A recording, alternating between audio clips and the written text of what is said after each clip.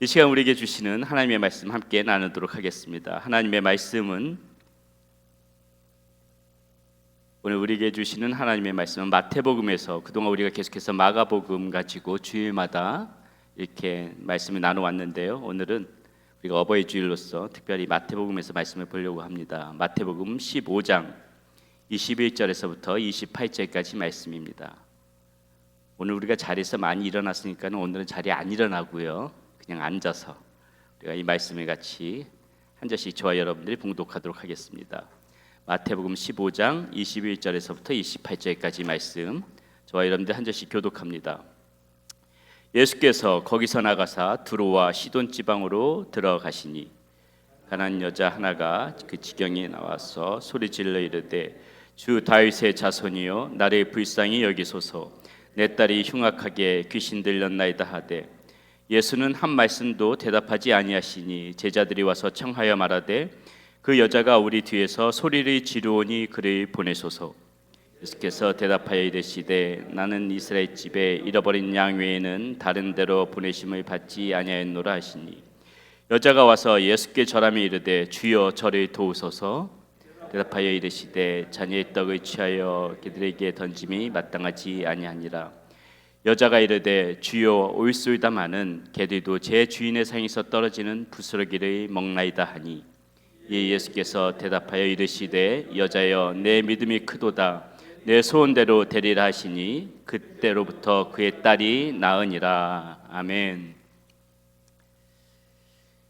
심순덕 시인이란 분이 쓴 엄마는 그래도 되는 줄 알았습니다 라는 시가 있습니다. 제가 한번 읽어보도록 하겠습니다.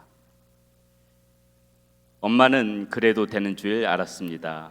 하루 종일 밭에서 죽어라 힘들게 일해도 엄마는 그래도 되는 줄 알았습니다. 찬밥 한 덩이로 대충 부뚜막에 앉아 점심을 때워도 엄마는 그래도 되는 줄 알았습니다. 한겨울 냇물에 맨손으로 빨래를 방망이질해도 엄마는 그래도 되는 줄 알았습니다. 배부르다 생각 없다 식구들 다 먹이고 굶어도 엄마는 그래도 되는 줄 알았습니다. 바위 뒤꿈치 다 해져 이불이 소리를 내도 엄마는 그래도 되는 줄 알았습니다. 손톱이 깎을 수조차 없이 닳고 문드러져도 엄마는 그래도 되는 줄 알았습니다. 아버지가 화내고 자식들이 속썩여도 전혀 끄떡없는 엄마는 그래도 되는 줄 알았습니다. 외할머니 보고 싶다 외할머니 보고 싶다 그것이 그냥 넋두리인 줄만 한밤중 자다 깨어 방구석에서 한없이 소리 죽여 울던 엄마를 본 후론 아 엄마는 그러면 안 되는 것이었습니다. 이런 시 우리 심순덕 시인께서 너무나도 그 어머니들의 일생을 잘 표현한 그러한 시가 아닌가 싶습니다. 누군가가 이런 말을 하지요. 하나님의 이 사랑을 알지 못하는 그런 사람들을 위하여서 하나님께서는 어머니를 우리 가운데 보내주셨다. 자, 어머니란 말은 누구에게나 이렇게 가슴 저미는 말입니다. 왜 그럴까요? 조건 없이 우리들을 위하여서 모든 것들을 쏟아내셨던 그 희생의 모습을 의 어머니란 말 속에서 우리는 항상 떠올리기 때문입니다. 자식 하나 잘 되기 위해서라면은 이 모든 것들을 다 쏟아부으시고 그 무엇도 아끼지 않으셨던 그 모습을 우리는 기억하고 있기 때문이지요. 오늘 우리가 읽은 이 본문에 보게 되게 되면은 귀신 들린 딸을 데리고 온 한 가나안 여인의 모습을 봅니다. 그 여자는 예수님 앞에 나와서 자신의 딸을 고쳐달라고 간절하게 애원하지요. 이렇게 나온 여자의 그 모습을 보면서 예수님은 예수님답지 않은 너무나도 잔인하신 말씀으로 그 여인의 마음을 후벼팝니다. 자녀의 떡을 취하여 개들에게 던짐이 마땅하지 아니하리라. 깜짝 놀랄 수밖에 없는 거지요. 예수님께서 어떻게 이런 말을 하실 수 있을까? 예수님은 사랑의 하나님이신데 예수님은 그 어떤 분도 무시하시는 그런 하나님이 아니시죠. 하물며 이 귀신 들린 딸을 데리고 살아갈 수밖에 없는 이 가련한 여인을 보면서 예수님께서 그렇게 잔인하게 말씀하실 분은 아닙니다. 예수님께서 이렇게 말씀하신 데는 충분한 그 예수님이 의도하시는 바가 있었기 때문에 예수님께서는 이런 말씀을 하셨던 것이죠. 이 여인은 이 예수님을 찾아올 때부터 예수님이 이렇게 부르며 나옵니다. 다윗의 자손이여 나를 불쌍히 여겨 주소서. 다윗의 자손이여. 여러분, 이 다윗의 자손이란 말을 이 이방 여인이 불렀을 적에 이 다윗의 자손이란 말은 아무나 부르던 말이 아니었어요. 이 당시에 다윗의 자손이란 말을 불렀을 적에 그 의미 속에는 당신은 구원자이십니다. 당신은 우리들을 구원해 주시는 메시아이십니다. 이것을 공감하고 이것을 받아들이고 믿는 사람들만이 불렀던 고백이 다윗의 자손이라는 고백이었습니다. 이 여인이 예수님을 부르면서 다윗의 자손이여 우리 딸을 고쳐주세요 이렇게 나왔을 적에 예수님께서는 벌써 그 여인의 믿음을 아셨다는 거예요. 그 여인의 믿음 모습을 보시고 그 믿음을 아시면서 예수님께서 주시고자 했던 마음은 무엇이냐면은 이 가련한 여인이 이 자기의 자식을 사랑하고자 하는 이런 간절한 마음을 가진 이 여인을 제자들에게 내보이면서 하나님께서 얼마나 간절한 마음으로 우리들의 이 병든 모습들, 우리들의 이 병든 마음들을 고쳐주시기를 원하는지, 이 여인이 자신의 강가 쓰기까지 다 포기하면서까지 모든 자존심까지 다 버리면서까지 이 자녀를 살리고자 했던 그 믿음, 그 사랑이 곧 우리들을 향한 하나님의 사랑과 같은 사랑임을, 오히려 더한 사랑임을 제자들에게 보여주기 위하여서, 그것을 극대화하시기 위하여 주님께서는 이렇게까지 그 여인을 비참하게 몰아넣으셨다는 것이죠. 아무리 비참하게 몰아넣어도 그것에 굴하지 않고 예수님 앞에 나왔던 이 여인의 모습을 제자들에게 보여주시기 위함입니다. 자, 다시 이 여인에게 돌아가 보겠습니다. 이 개 취급을 당한 여인, 그처럼 수치스럽고 모멸감을 느낄 수는 없겠지요. 대부분의 사람들은 이렇게 사람들이 나를 무시하고 나에게 이런 말을 할 때 이것을 그대로 받아들이는 사람들은 없습니다. 내가 이렇게 무시당하고 살 수는 없다. 내가 이렇게 모멸감을 당하면서 살 수는 없다. 내가 이런 취급을 받으면서 살 수는 없다. 이것이 보통의 일반적인 사람들, 그런 반응일 것입니다. 그런데 이 여인은 어떻습니까? 그 수치를 고스란히 받아들여요. 주여, 옳습니다. 그러나 개들도 그 주인의 상에서 떨어지는 부스러기는 먹지 않습니까? 주님께서 그 여인의 개처럼 그렇게 이야기를 해도 나는 그 주인의 상에서 떨어지는 부스러기라도 먹는 그 심정으로 그런 모습이다 할지라도 내 딸만 고치면 상관없습니다. 이것이 이 어미 된 자로서, 어머니 된 모습으로서 이 여인이 예수님 앞에 나왔던 그런 모습이라는 것입니다. 사랑하는 자신의 딸을 살리고자 하는 어미의 마음, 그리고 그 결과는 어떻습니까? 이 예수님으로부터 그 믿음을 칭찬받으면서 그 딸이 고침받는 장면으로 아름답게 마무리되어지게 되지요. 여러분, 이 본문을 찬찬히 살펴보다 보면은요, 우리는 이 여인의 모습 속에서 오히려 예수님의 모습을 발견하게 됩니다. 예수님 어떠셨습니까? 온갖 수치와 모멸을 다 당하셨고요. 예수님 당신 스스로가 십자가상에서 정말 개보다도 못한 그러한 취급을 받으시면서 십자가에 못 박혀 달려 돌아가셨다는 것이죠.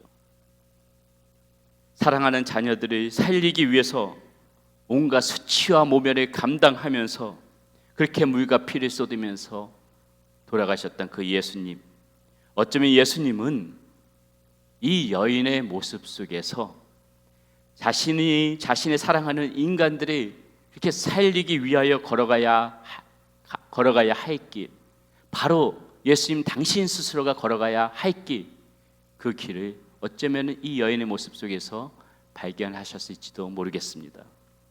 자, 이 가나안 여인 같은 어머니, 우리도 그런 어머니가 있습니다. 그리고 여러분 자신들도 아마도 이것이 특별한 것이 아니라 누구라도 여기 어머니, 아버님 되시는 분들은 내가 자녀를 위하여 서면은 내가 개 취급을 당하면 어떠랴 하는 마음으로 아마 다들 그렇게 살아가실 거라고 생각을 합니다. 그래서 저도 이 시간에 한 여인이었던 저희 어머니와의 추억을 생각하면서 그 가운데에서 발견했던 하나님의 이 사랑을 한번 나눠보고자 합니다. 제가 발견했던 그 하나님의 사랑이 여전히 오늘, 과거에만 머물렀던 그런 사랑이 아니라 오늘도 우리들 가운데에 여전히 하염없이 흘러들어가면서 우리들을 더욱더 품어주시는 그 사랑을 아직도 우리에게 있음을 오늘 이 말씀 가운데서 여러분들도 느끼시기를 바라겠습니다. 우리를 향한 하나님의 사랑, 그 사랑 어떤 사랑일까요? 자, 첫 번째, 먼저 우리에게 찾아오시는 사랑이에요. 먼저 우리에게 찾아오시는 사랑. 누구나 아마 여기 계신 분들은 초등학교 때 운동회를 기억할 것입니다. 지금은 아마 상황이 많이 달라졌을 거예요. 그러나 제가 어렸을 때만 해도 운동회 어떻습니까? 청군과 백군으로 나눠지지요. 같은 청군은 청군들의 옷을 다 입고 백군은 또 백군의 옷이 파란 옷, 하얀 옷 이렇게 입고요. 운동장이래 봐야 뽀얀 먼지 나는 그러한 황토 같은 그러한 운동장 아니겠습니까? 그곳에서 열심히 응원하지요. 서로 반대편으로 갈라져서 청군 이겨라, 백군 이겨라. 곤봉체조하고 오재미로 박 터트리는 거 하고 릴레이 경주하고 기마전하고 아마 여기서 다 그런 것들 다 해보시지 않았겠습니까? 자, 운동장은 어느새 이리 뛰고 저리 뛰는 선수들로 뽀얗게 황토바람으로 덮이고 있고요.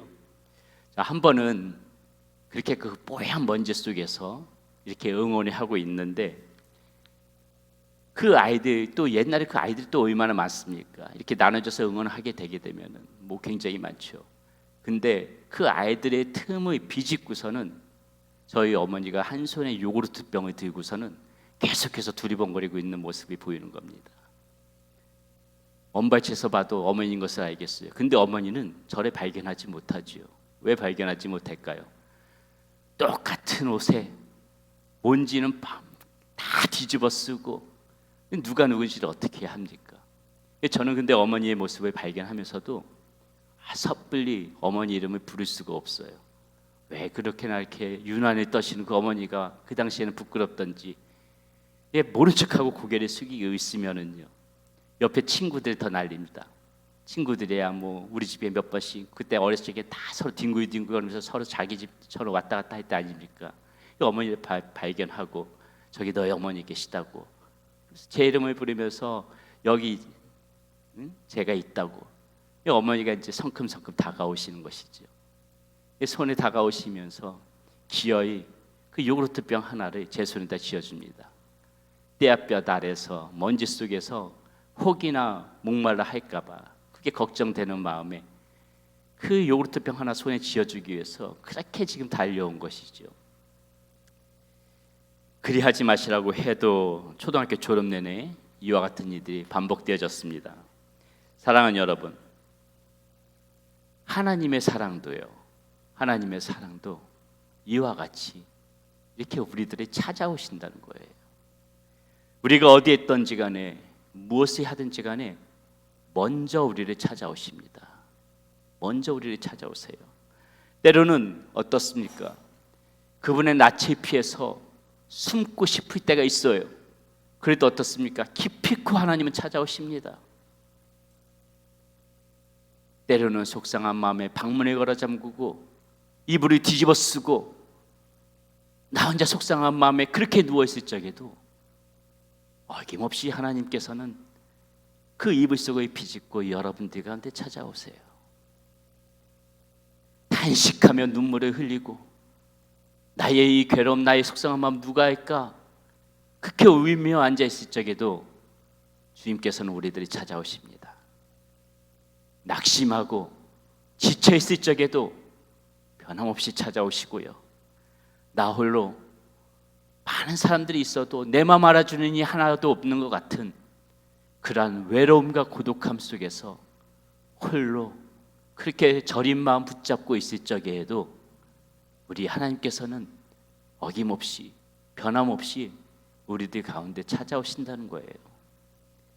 우리는 우리가 힘써 하나님을 찾는다고 생각하지만은 여러분 그렇지 않아요. 하나님께서는 여러분들이 찾기 전부터 여러분들에게 눈을 떼신 적이 없습니다.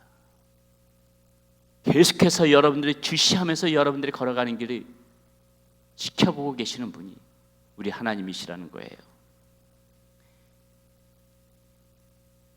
지켜보고 지쳐있고 이렇게 또 힘들어 하면은 우리 하나님께서는 안타까운 마음으로 찾아오시고 또 우리가 살아가면서 기쁘고 행복한 모습이 있으면은 환한 모습으로 그렇게 찾아오십니다. 다윗은 시편 139편에서 이렇게 고백하지요. 내가 새벽 날개를 치며 바다 끝에 가서 거주할지라도 거기서도 주의 손이 나를 인도하시며 주의 오른손이 나를 붙드시리이다. 어디 있든지 간에 찾아오신다는 겁니다. 에스겔 선지자는 에스겔 34장 12절에서 하나님의 이 말씀을 이렇게 전해주고 있습니다. 목자가 양 가운데 있는 날에 양이 흩어졌으면은 그때를 찾는 것 같이 내가 내 양을 찾아서 흐리고 캄캄한 날에 그 흩어진 모든 것에서 그것들을 건져내리라. 깊이 찾아내서 건져내신다는 거예요. 홀로 있게 내버려 두지 않으신다는 것입니다. 신명기 1장 31절에서는 또 뭐라고 말씀하시나요? 이렇게 말씀하고 계세요.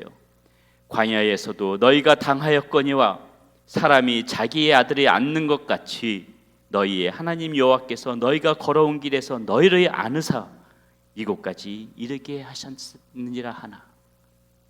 우리가 걸어온 인생길이 우리 혼자 걸어왔던 길이 아니라는 겁니다.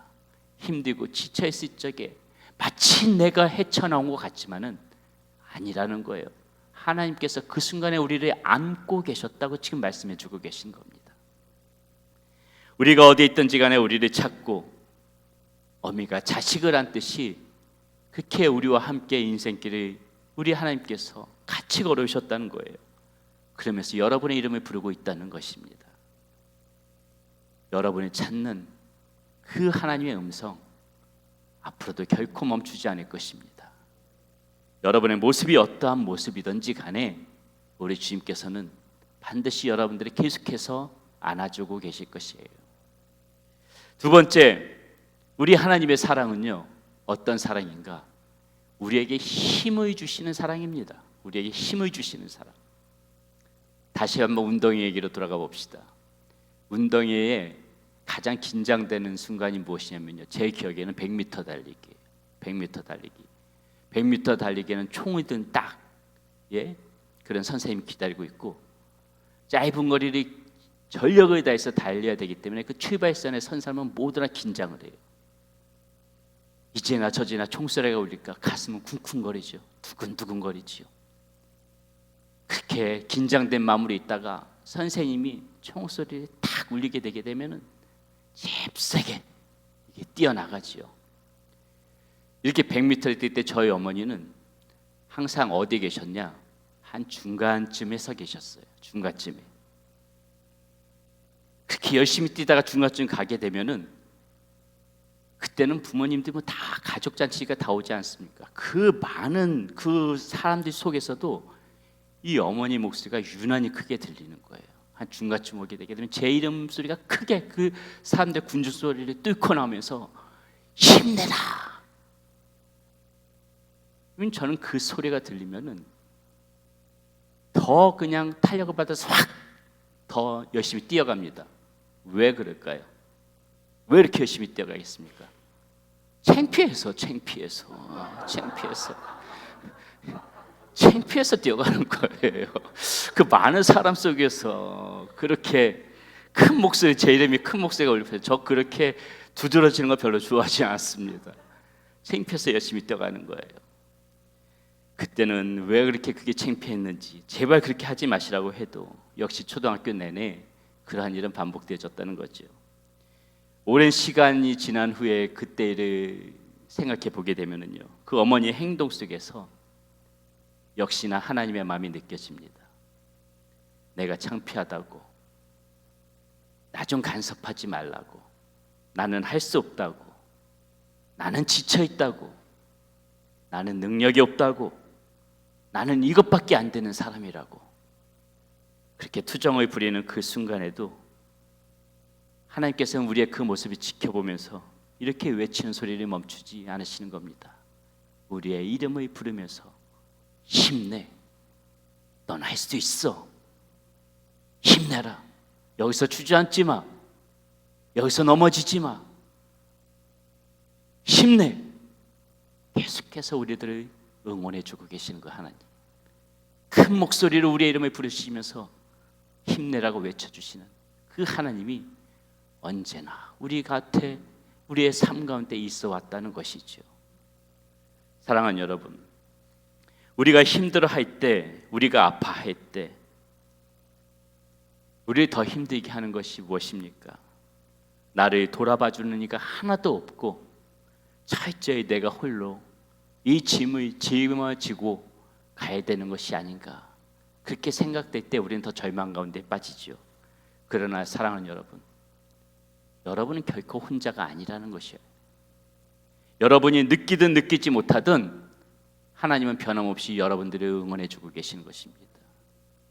우리의 탄식하는 그 마음을 헤아리시고 로마서 8장에 나오는 것처럼 이와 같이 성령도 우리의 연약함을 도우시나니, 성령 하나님께서 늘 우리 곁에 서서 그렇게 우리들을 도와주고 우리에게 힘을 주고 계시다는 것이죠. 다윗은 시편에서 하나님을 이렇게 고백합니다. 시편 18편의 1절 2절이에요. 나의 힘이 되신 여호와여, 내가 주를 사랑하나이다. 여호와는 나의 반석이시요 나의 요새시요 나를 건지시는 이시요 나의 하나님이시요 내가 그 안에 피할 나의 바위시요 나의 방패시요 나의 구원의 뿌리시요 나의 산성이시로다. 32절에서는 또 이렇게 얘기합니다. 이 하나님의 힘으로 내게 띠띠우시며 내 길을 완전하게 하시며, 힘이 되신 하나님이 우리와 이렇게 함께 하신다는 거예요. 시편 68편 35절에서는 또 이렇게 고백하나요? 하나님이여 위엄의 성소에서 나타내시나이다. 이스라엘의 하나님은 그의 백성에게 힘과 능력을 주시나니 하나님의 찬송할지어다. 우리에게 힘과 능력을 주시는 하나님이시라는 것입니다. 우리 곁에서 계속해서 우리들을 응원해주고 계신다는 거예요. 이 시간 혹시나 여러분들 가운데에 이렇게 지쳐 계신 분들이 계세요? 마음에 상심한 마음을 가지고 지금 이 자리에 앉아 계신 분들이 계십니까? 무언가 해보고자 해도 용기가 안 나시는 분들이 계세요? 내가 가진 능력이 없는 것 같아서 자신감을 다 잃어버리고 앉아 계신 분들 안 계십니까? 나는 아무것도 할 수 없는 그런 사람이라고 자존감이 완전히 무너져 있는 지금 그런 상태로 이 자리에 계신 분들은 안 계십니까? 여러분, 하나님은 여러분들을 그렇게 창조하지 않으셨어요. 저마다 일어나서 걷고 뛸 수 있는 그러한 존재로 우리들을 만들어 주셨고요.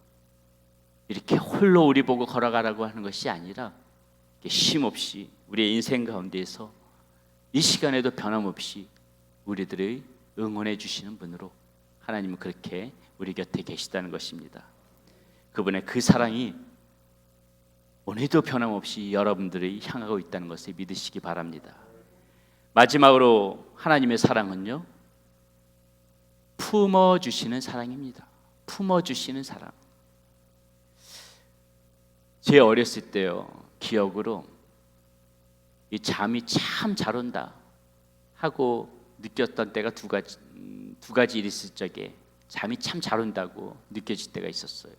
하나는 언제냐면은 몸이 많이 아팠을 적에, 아프다 끙끙 앓다가 지쳐서 또 약도 먹고 이렇게 하다 보게 되게 되면은 어느새 땀을 흠뻑 흘리면서 이렇게 잠을 잘 잤다고 생각될 때가 있고요. 또 하나 잠을 잘 잤다고 느낄 때는 언제냐면은 실컷 맞고 났을 적에, 실컷 어머니한테 맞고 났을 적에 희한하게도 맞고 나면 그렇게 잠이 잘 와요. 어머니한테 실컷 맞아놓고 무서워서 그렇게 울고 불고 또 때는 서러워서 무서워서 이렇게 잠들고 있다 보게 되면은요, 어떠한 일이 벌어지냐면은 잠결에 뭔가 이게 어머니 손길이 느껴지는 거예요. 이면은 비몽사몽간에 이렇게 눈을 떠 보게 되게 되면은 그 어머니가 이렇게 때리신 그 상처 부위를 어루만지시면서 안타까운 모습으로 그 상처를 이렇게 만지고 있는 그 손길이 느껴지는 거죠. 희한하죠. 때리지나 말던지, 때릴 때는 언제고 그거 그냥 이렇게 안타까운 마음으로 그걸 이렇게 쓰다듬고 계시는 그런 어머니의 모습이 제 기억 속에 있어요. 아플 때도 마찬가지죠. 아플 때도 우리는 그냥 끙끙 열이 펄펄 나서 지쳐서 비몽사몽간에 그렇게 해가지고 잠들어 있다 보면 어떻습니까? 뭔가 서늘한 기운이 느껴져요. 잠깨 눈이 떠보면은 그 이마에다 찬 수건을 잠 한숨 주무시고 번갈아 가면서 그 수건이 덮여지면 찬물로 다시 헹궈서 머리에 얹으시고, 이런 어머니의 손길이 있었다는 것이죠. 사랑하는 여러분, 살다 보면은 우리가 아플 때가 있습니다. 삶이 고단해서 아프고요. 믿었던 사람들이, 이렇게 사랑했던 사람들이 서운하게 할 때도 아픕니다. 또한 잘못된 나의 모습들을 바로잡기 위해서 이 책망하시는 하나님의 손길이 때로는 아플 때가 있어요. 몸과 마음이 다 망가진 것처럼 그렇게 아파서 하나님 아파요, 저 아파요 하면서 제 가슴을 칠 때, 나는 내가 아프다고 가슴을 치는데 여러분 그거 아십니까? 그 아픈 상처 때문에 더 아파하시고 더 안타까워하시는 마음으로 우리들이 바라보고 계시는 분, 그분이 하나님이시라는 것을 여러분 우리는 알고 있어야 돼요. 나는 내가 맞은 자리가 지금 아파서 아프다고 몸부림치고 있는데 그 펄펄 열이 나는 자식을 위하여 한숨도 잠을 못 주무시고 찬 물수건이 되시는 그 어머니, 그 이상의 사랑으로 하나님은 그 우리의 아픈 상처들을 그냥 스쳐 보내시지 않으시고 더 안타까운 마음으로 그것을 보고 계시다는 거예요. 이게 하나님이시라는 것입니다. 이게 하나님의 사랑이라는 거예요. 마치 우리는 하나님이 그 순간에 어디에도 없는 것 같이 느끼지만은 사실은 하나님께서는 우리의 상처를 온몸으로 감싸고 계시고 있었던 것이에요. 호세아 선지자는 그런 하나님의 사랑을 이렇게 노래합니다. 에브라임이여, 내가 어찌 너를 놓겠느냐? 이스라엘이여, 내가 어찌 너를 버리겠느냐? 내가 어찌 너를 아드마같이 놓겠느냐? 어찌 너를 스보임같이 두겠느냐? 내 마음이 내 속에서 돌이키어 나의 긍휼이 온전히 불붙듯 하도다. 여기서 아드마나 스보임은 소돔성 옆에 멸망할 때 같이 멸망했던 그런 성이에요. 어떻게 그렇게 멸망하는 것처럼 너를 내가 지켜볼 것 같아? 그렇지 않다는 거예요. 내가 어찌 그러겠느냐는 거예요. 어찌 너를 내가 긍휼한 눈으로 바라보지 않겠느냐. 하나님께서 우리들을 그렇게 바라보고 계시다는 거예요. 사랑하는 여러분, 오늘 말씀 제목이 가슴앓이입니다. 가슴앓이. 가슴을 앓는다는 거 뭔지 잘 아시죠? 사랑하기 때문에 생기는 병이에요. 사랑하기 때문에 생기는 병. 너무 사랑해도 가슴이 아프고요. 사랑하는 사람을 생각만 해도 한쪽 가슴이 먹먹히 하려옵니다. 좋은 일에만 그렇던가요? 속이 썩을 때도 가슴이 아프지요. 나의 사랑하는 가족들이, 남편이, 아내가 자녀들이 이렇게 나를 아프게 할 때 제일 먼저 아파오는 것이 가슴이에요. 내가 사랑하기 때문에 그런 것입니다. 내가 사랑하기 때문에. 사랑하는 대상자에게 우리는 어떻습니까? 늘 이런 가슴앓이를 하면서 살아갑니다. 우리 찬양팀 준비해 주시고요. 여러분, 하나님의 사랑도 이와 같습니다.